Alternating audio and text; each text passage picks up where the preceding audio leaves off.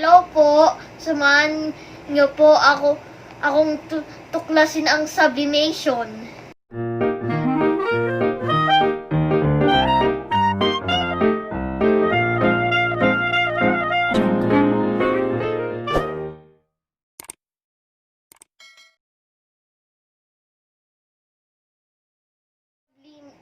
Ang sublimation ay chemical process na ang solid ay nagiging gas. Ang mga kailangan po natin ay mothball, rolling pin, kandila, posporo, lalagyan.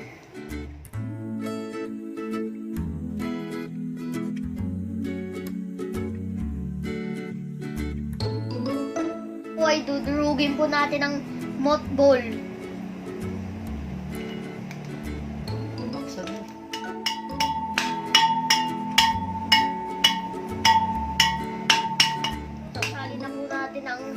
Ang nadurog na mothball di sa lalagyan.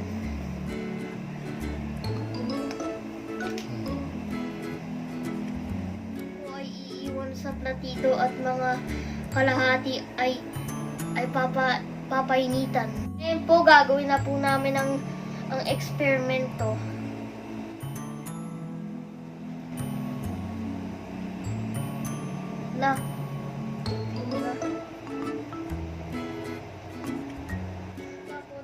Gas na po ang mothball.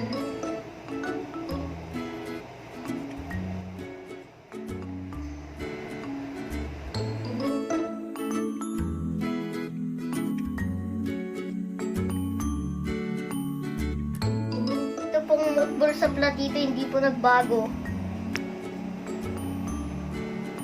Na po magtatapos ang aming experiment sa susunod na po. Bye!